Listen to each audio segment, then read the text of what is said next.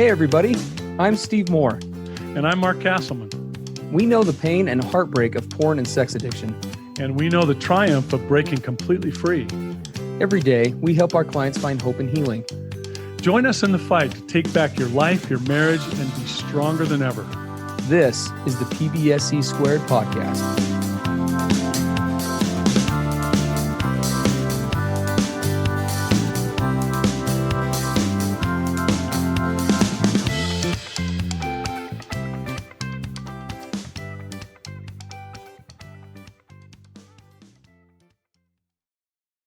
Hey everybody, welcome to the PBSE podcast. This is Mark and Steve. This is episode 275.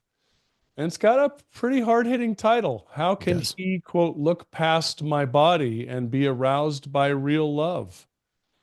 And this came in from a partner healing from betrayal trauma. She made this submission. And she expressed gratitude for our podcast. She's listened to them all. Wow, that's a lot. And many more than once. Oh, you dear woman. She said, they've educated me and given me my voice. She's found a wonderful therapist. Her husband apparently also has a CSAT therapist who's excellent. She says his progress, though, is extremely slow. He's going to 12-step meetings. Looks like for the past 3 years to 12-step meetings, but he's not gotten past step 3 that whole time. There are a lot of controls on his cell phone and social media, and a lot of stuff that's been put into place. There's been lots of discoveries over the last 4 years since there was a big discovery, apparently. He's under a doctor's care for some things related to his addiction. And here's where it kind of gets really poignant in what she submits. He knows he needs to forego fantasies to build connection with the two of us. But he doesn't believe he will achieve orgasm without the fantasies. Of course, this only feeds his addiction, not to mention how it makes me feel. We've been married for 47 years. I ignored his porn addiction, feeling helpless to stop it until there was a threat of an online sexual affair. I would be grateful if you could give real examples of how to see, quote, past my old body and learn to be aroused by love. That's a really powerful submission, right? How he can see past my old body and be aroused by real love. So we love that vulnerability. That's crazy, crazy vulnerable. Absolutely. So we're going to jump right into this. Stephen, you and I talked about this. I thought we should start with right out of the gate. What is sexual arousal? Yeah, that's what she's talking about. Right? What is sexual arousal? And the problem with that is, I think way too often, especially now, the sexualized culture is kind of declared that as something that just is, right? We don't have any influence over it. We can't control it, right? You're aroused or you're not. You're aroused by certain things. You know, it's just what it is. And the culture really tries to throw that on us. Yeah. And as this listener says, he knows he needs to forego fantasies to build connection, but he doesn't believe he will achieve orgasm without them. So let's talk about this whole thing called, the arousal template. And what does sex/orgasm mean to each one of us? And is it this fixed thing, right? It just is what it is. You're sexually aroused or you're not. There's certain stuff you can't do a thing about. Is it like that, or do we have a lot more to say about this than the culture's told us we do? Yeah, I mean, there's a wide spectrum on that, right? For example, if we just talked about orgasm for a minute, I mean, if I access my addict side here for a second, there are a lot of things I could say about orgasm. It's the end goal. It is the only way to feel or give love. Yep. Exclusively. It's the only thing that measures whether the sex was successful or not. Yes. Right. It is what in many ways, this wasn't the case for me, but I know for many addicts, it is the way in which I gauge my partner, is the quality of it. And the right? way I gauge myself, my Yep. performance, or whether I measured up, was whether there was, this crazy, amazing orgasm on both of our parts. Right. And so there's that whole side of it from the addict side. And we talk about that oftentimes. We could go more into that, but we won't for time. The other side of it, right? If I look at it now, the way that I see it, um, it is not an end goal. It's an expression and celebration of what I cultivate elsewhere. Mm-hmm. It's a way that I share feelings and emotions and uh, gratitude, gratefulness, which I guess is gratitude to be fair, and other things, right? And celebrate in connection with another person, in this case, my partner. Right? Yeah, it's That's a what, piece of the intimacy puzzle. And Steve, something you and I thought was impossible in our addiction years, orgasm for us has become optional, yes. completely optional. It does not have to happen. There are quite a number of times where it doesn't, and the experience was perfectly satisfying. I would say in some ways even more than the old focus on that. And as we in our Dare to Connect program, you and I have been working on this advanced D2C Academy course about healthy sexuality. It's probably one of the most in-depth, taxing things we've ever done, right? Actually talking about all the aspects of healthy sexuality for couples. I think this thing's going to end up being like 27 modules, each one of them like an hour each. And as part of that, we've talked a lot about what are all the contributing factors to what arouses me, my Yes. arousal template. And that goes back to a really early age. I mean, we're talking clear back to as far back as we can remember, and even before we could remember, that arousal template starts being developed by a whole myriad of influences, right? The media, my own personality, my own body, and all of its various biological aspects. What was mentored and modeled to me by my parents and siblings, what the impact peers had, let alone pornography and the whole sexualized culture aspects. There's got to be 100 factors that were part of the arousal template that I developed over my life. I would agree. I mean, even if we just look at the cultural for just a second, okay? Well, I know we talk about that often on here, but a common example that gets used and when we talk about this is if you look back, I think it was into the 1500s, 1400s. Uh, for in the case of women being held up as quote unquote attractive and their quote unquote attractiveness, contrary to current culture where it's more of a slim hourglass shape, right, is what is upheld as quote unquote attractive. It was the opposite.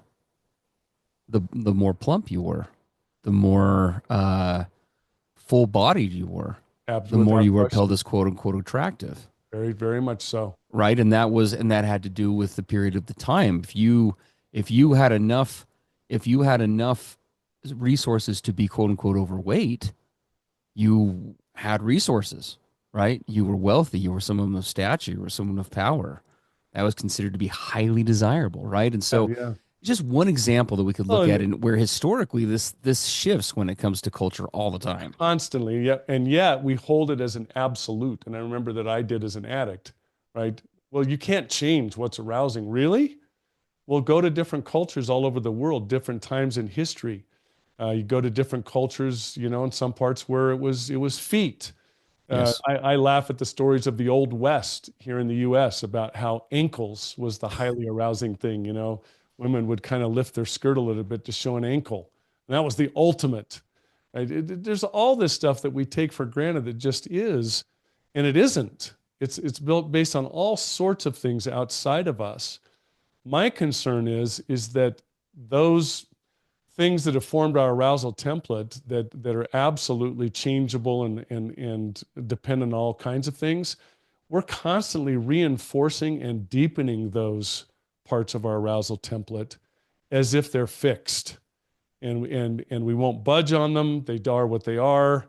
And we think that they can't be changed, they can't be altered. I can't do anything about this, when exactly the opposite is true. We have everything to say about that. Yeah. I'm not going to say who this is, but I have a story from a really prominent sexual addiction therapist who's well known across the world. And I knew him personally years ago. And I remember I was in a meeting where he was sharing something about this from his own life. And this is when he was fairly advanced in years, kind of in the age group of this woman that wrote us in. And his wife developed breast cancer, sadly, and she had a double mastectomy. Now, this guy has shared that he himself had a sexual addiction history himself. It's part of the reason why he developed into such an amazing therapist. But he said he found himself in the hospital with his wife, and now one of the primary things back in his addiction days that had, quote, aroused him, which were her breasts, they were gone. And what remained were these scars. And I am telling you, I've never heard, I don't think, before or since, somebody who applied what they teach more than I heard this man share. He said he had prepared himself in his own personal work and was doing his own, grieving and helping her grieve and all they were going through. And in that hospital room, he touched those scars, and he literally allowed those to become part of his arousal template. There was a turn on for him about those scars on her chest. And the reason being is because what they meant. All that they had shared together in the nearly 5 decades of marriage, all the amazing, incredible person that she was, all the holistic intimacy they had built in a dozen ways. And he literally had that new body identity, that the body she now had became part of his arousal template, and he cherished it. I mean, it was you had to hear him share it. Every one of us around the table came to tears, and just the thing that this man was able to do with the so-called immovable arousal template. I mean, that's an extreme example, but that tells you what's possible. Yeah. So a great example of where we do have the capacity to do that. Well, and I have heard that same story about that same therapist. I mean, for me, I think that when I have heard that story, I obviously there's a physical manifestation of what's going on there, but it's a physical manifestation of the emotional underpinnings of the attraction. Without question, right?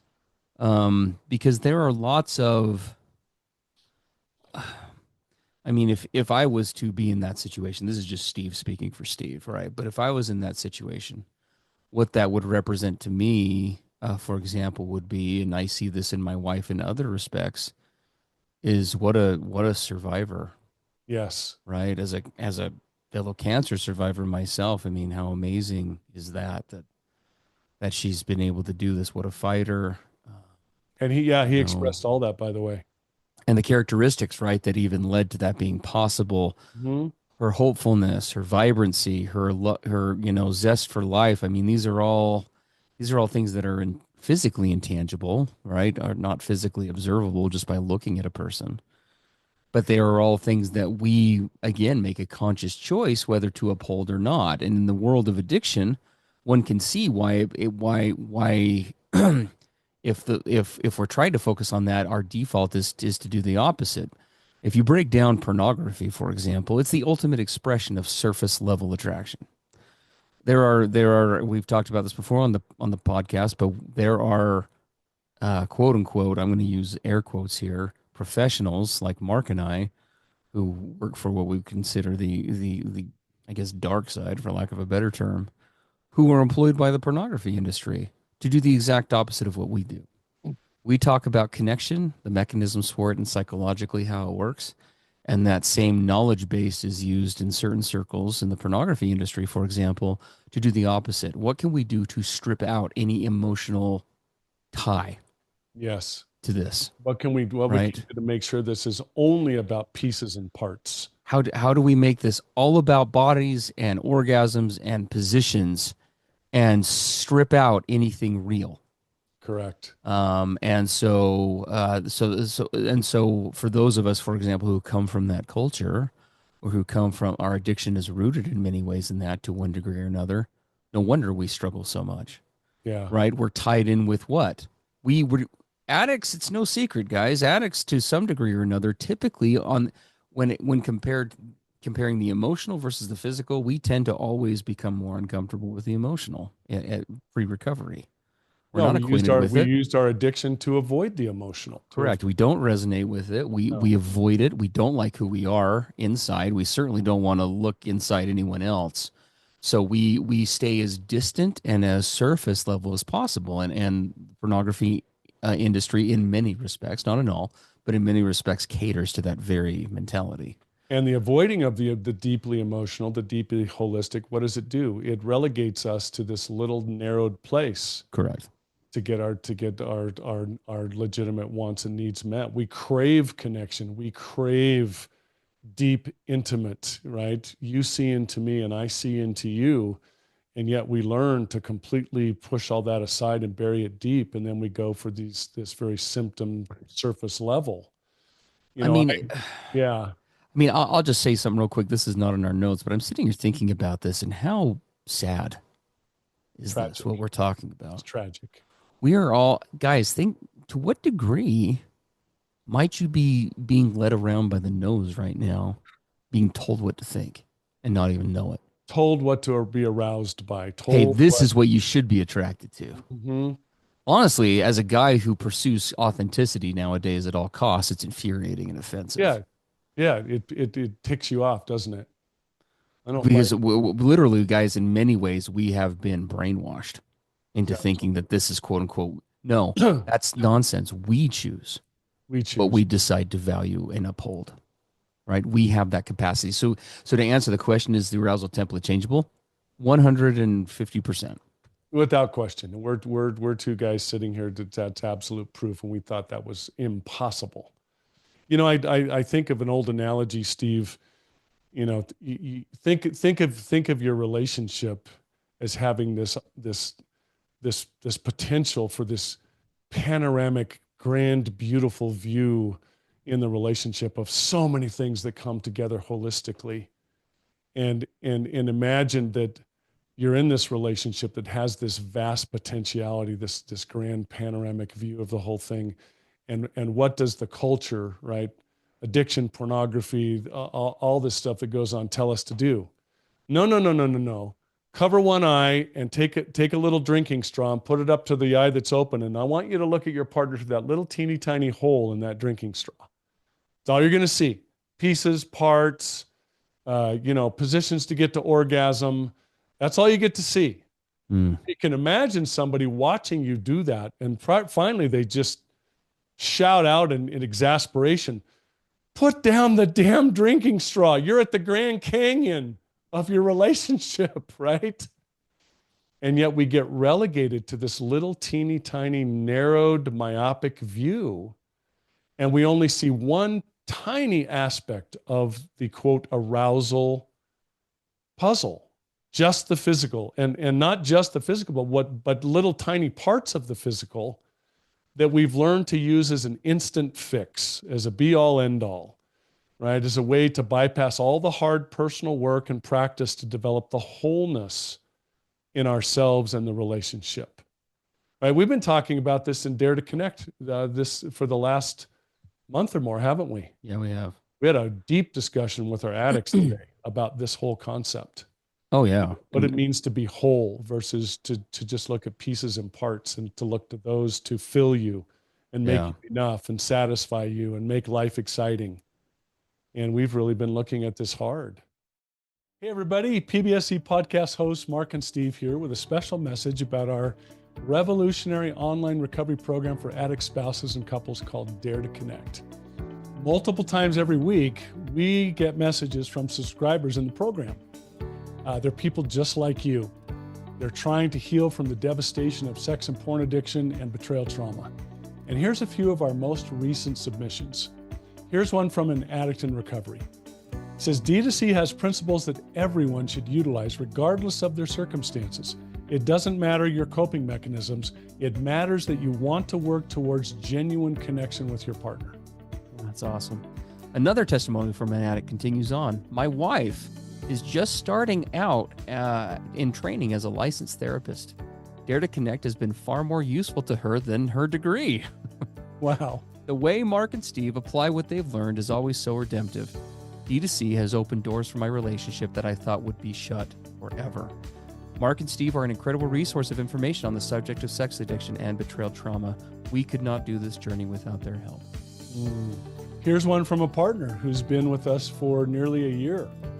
I want you both to know that it is because of you guys and D2C that I'm able to be in the place that I am today. I will always be grateful to you both for your feedback and prompt replies to my questions. I can't even come close to putting it into words how valuable my time spent with y'all this past year has been to my life. Thank you for everything you taught me about betrayal trauma and boundaries and thinking errors and loving myself and making myself a priority and standing up for myself. Love that submission.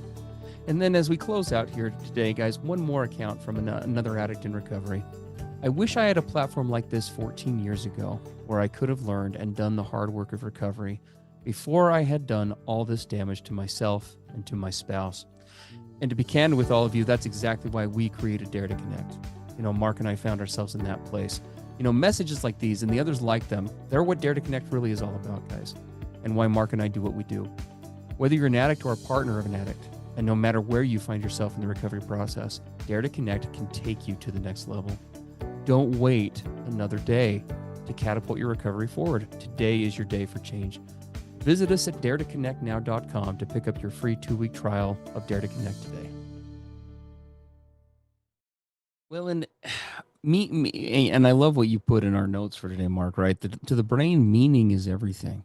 Right. And this person who wrote us in, right? The question was, could you give real examples how to see past my old body and learn to be aroused by love? Mark and I both have examples of this, and I think probably the best way to do this, Mark, if you're okay with it, I think I can lead out on it. Is just I'll speak to my own reality with this. Well, can I say something about the wording? And I understand her wording because she's a product of her culture as well as this long, painful history with her partner. But she says, could you give real examples of how to see past my old body and learn to be aroused by love? I challenge the very wording of that right out of the gate. This is not about seeing past her old body. It's seeing as you are. Exactly the opposite. Just like we gave the example of the therapist in the hospital with his wife in a double mastectomy. He wasn't seeing past her body. Yeah. He was embracing it. It was part of the whole wonderful, amazing awesomeness of her. There's no seeing past her old body, but you can see because of the culture and her husband's behaviors, how she says, yeah, this old body is just a broken down piece of whatever. He's just got to see past it now. That's tragedy. And I feel the pain in her expression of that. Like, yeah. You passed me. Really? Like, no, I would agree with that. I'll just give some examples for Steve of what this looks like for me. There are some things that I value highly when it comes to my arousal template that my wife embodies hugely. And they have to, and the first step I would say with that for the addicts listening is learning how to, kind of like we've been alluding to this whole time, is the first step is seeing your partner as their full selves. We become so conditioned to just see the surface. But we have to be able to see not just the surface, but everything else that encompasses that. For example, when I look at my wife, I have a belief spiritually and otherwise that each person on this planet is given one sovereign right that nobody else can interfere with, and it's this thing we call agency, right? And it's this right to choose, to make decisions. As a client of mine or a mentor of mine once said to me, to help me to establish better boundaries with clients have a God-given right to destroy their lives. And it's a true statement. People, by extension, have a God-given right to destroy their lives. We all have the right to wake up, take whatever our assets or deficits are, piss them all to the wind, and to just ruin ourselves if we want to. Or to build as we choose, right? It's inalienable to each person. And that part to me, first of all, is part of what makes my wife attractive, because when I have, as over the years, as I've connected with the things that I have put my wife through and the things that I have done or not done, the mistakes that I've made. And I'm not just talking about addiction, right? I'm talking about just my humanity in general. Um, as I have seen her exercise her agency in response to my own, that is part of what has created an attractiveness to me, because my wife has amazing qualities and attributes physically, but also otherwise. And she could be with anybody she wants. But for some reason, she chooses me. She chooses me. She chooses me. And it isn't just choosing me. She has made the decision consciously over time to not just see me as I am, but to see me through the lens of my potential. And she has seen me through not just what I was today, but what I could be tomorrow. And that is something that I've always admired to some degree, but as I've grown in, recovery, and I've admired it even more so, her capacity to even do that, which is amazing to me, but her willingness to see it in me. So what you're hearing there is what's attractive to me? The fact that she chooses me. She doesn't need me. She chooses me. And along with that is the exclusivity component, right? That is a big piece of it for me as well, because Brittany and I, we choose different things in life every day.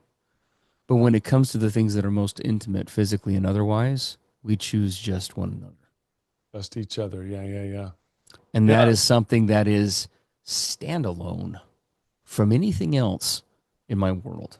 Absolutely. Right. And so that exclusivity piece, which again, think about how contrarian that is to what was before. Before, the pornography mentality was what? The more the better. 3 ways, 5 ways, 7 ways in porn. Hell, if I could get that in real life, how awesome would that be? Yeah. It was the complete opposite. How could I increase my body count? What could I do to do that? Right. All of these terms and all these things that we think in addiction and that are upheld, by those different standards are completely different now, because they're all a fallacy and a lie. What I used to embrace to some degree or another, I embrace the opposite. And those have been conscious choices that I've made over time as I've done the work, as I've done the recovery, but also as I've come to see and understand and see myself and her. Anyway, those are my thoughts. Well, and someone would, we're a little older, and someone would say, well, you're both getting older, you got wrinkles, stuff is sagging, it doesn't look like it used to be, so your arousal is going down. That's exactly the opposite for us. Yeah, it's I would the agree opposite. with that. People say, well, how is that possible? It's just changing. I'll tell you why. Because I now, after a lot of years of a lot of work and an enormous amount of patience on the part of my wife, because she did this much more naturally, I would say our entire relationship, I don't see my wife as pieces and parts. Yeah. I see her more and more as a whole person. So when I see, for example, her physical body, am I aroused? Yes. And I would say more aroused than I used to be in the early years when we looked much different. Why is that? Because the arousal I feel now is part of it is physical. Yes. Let's not dismiss that. But so I much become more. physically aroused by her, but it's a whole lot more. Yeah. When I see her body now, it represents a whole bunch of meaning for me. Absolutely. Everything we've been through, all the courage and patience and unconditional love she's shown me, all the decades of addiction. She's one of my greatest heroes on the face of the planet. And so when I see her physically, all of that is, quote, embodied in her.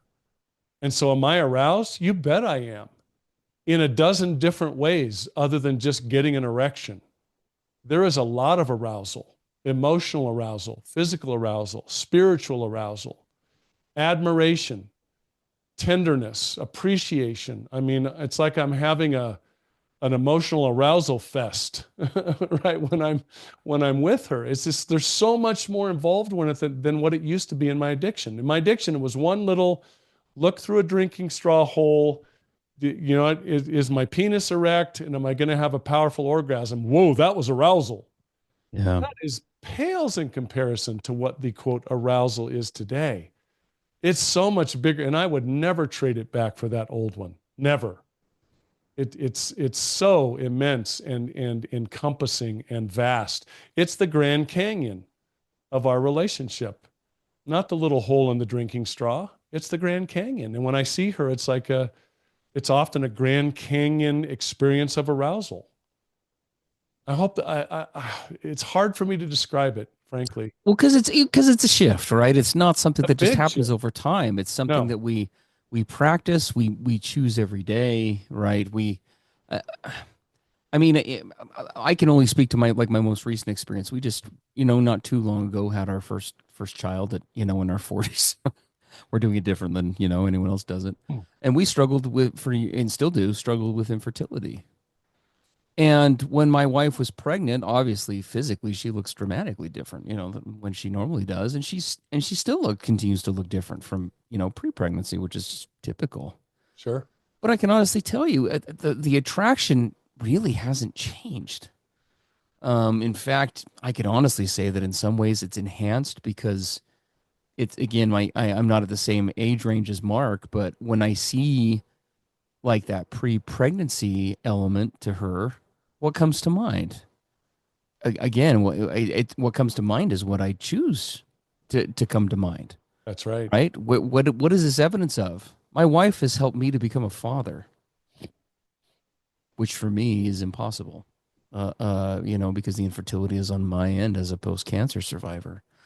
It represents boldness and courage and willingness to invest, again, in this case, financially into me. It's one thing to say, well, I'm going to stay with an addict. It's another thing to say I'm going to have kids with one. Yeah, right. We didn't have kids for a long time, square or attempt to do so squarely because of me.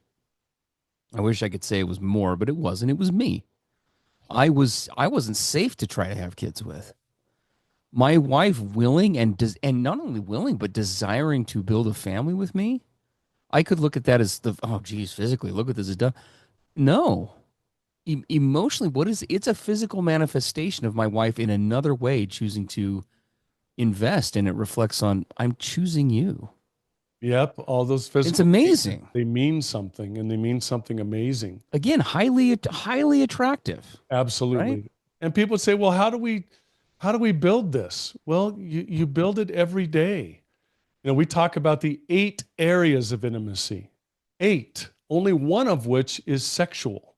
Yeah, how often are you exploring those other areas, guys? Yeah, are you exploring the other 7 areas? We get to decide what arouses us. I'm sorry, but contrary to Yes. popular belief that's been thrust upon us, I get to decide what arouses me and my partner. And how do I decide that? By where I intentionally put my attention. Yes. What do I spend time doing with my wife? What other aspects of her attractiveness do I engage in and develop and spend time with her on? Those other 7 areas of intimacy. All the time and practice right? We're aroused by what we invest in. We care Yep. about where we put our time and our effort and our attention. You don't look past someone's body, right? Look, embrace that body, embrace the allness of it, the completeness of it, and then go develop all those other areas on a daily basis. Are you courting your wife? Are you pursuing? Are you dating? Are you engaging in all kinds of opportunities for connection in dozens of different ways, none of which is sexual, physical? It can be a piece or part of it, but what are all the other areas that you're investing and engaging and developing your appreciation, your wonder, your awe, right? Your all the ways that we connect. Is that going on in this relationship, or is it just sex? When I've had guys who have, for example, looked at me and said, "Well, Steve, how do I value my wife's intelligence?" How I do I remember value your intelligence? I remember having this conversation. I asked, "When was the last time you asked her about it? When was the last time you explored it?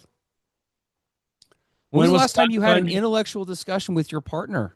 Or I when was the asked, last "Hey, time what are you your thoughts noticed on it? X, Y, or Z?" Right? Yeah. I mean, When was the last time you step back and wonder at awe at how smart your wife is in this area and actually express the appreciation and wonder to her? hell, or even attempted to be curious about it. Can we just be Right, right. I mean, right? How much are you seeing?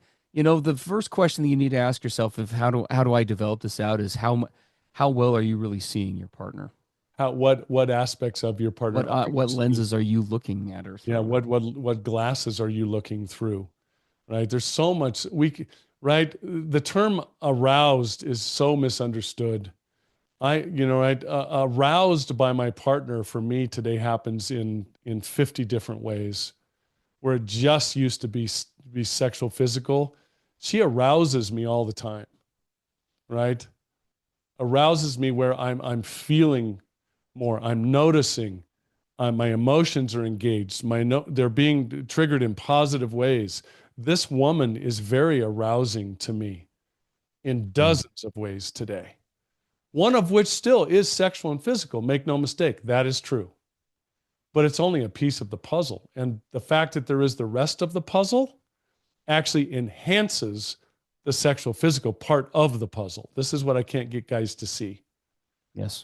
You're building all these other areas will actually make this one little piece of the puzzle even better, as opposed to just focusing on it. It will be diminished. It will shrink. It can't be the be all end all that you want it to be. It can't. And you're missing most of the experience of arousal when it's just that. Everybody, we love and appreciate you. Thanks so much for tuning in for another episode. As always, if you like the way we approach these topics, if you like the insight that you receive here, quit half-assing it and come join us in Dare to Connect for lack of a better term. Come on over to Dare to Connect. You like this deep dive? We go 10 times deeper, 6 times a week. Don't wait 6 to 8 weeks or 12 weeks, which is probably about what we're out at this point with submissions lined up for podcasts. Get answers tomorrow, or in this case, Wednesday. Yeah. Come join us. Let 2025 be the year where you're done. I absolutely agree. There's a last time for every addict.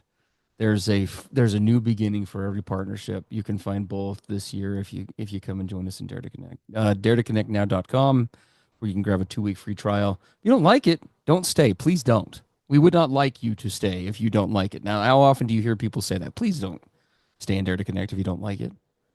We have very few people that leave after their 2-week trial. We have a higher retention rate probably when you look statistically at our program or product for that matter than almost any else that we're aware of when you look at how marketing works. And there's a reason for that. And again, part of it has to do with us. Part of it has to do with the community that we've created, the support that is there, and the ability to get insight, not just from 2 guys who've been there, done that, but also from their partners and from other people who are in there in real time. Get your butt over here. We'll love to show you what it's about. Come be part of the amazingness of all these people coming together. It's quite remarkable. All right. Take care, everybody.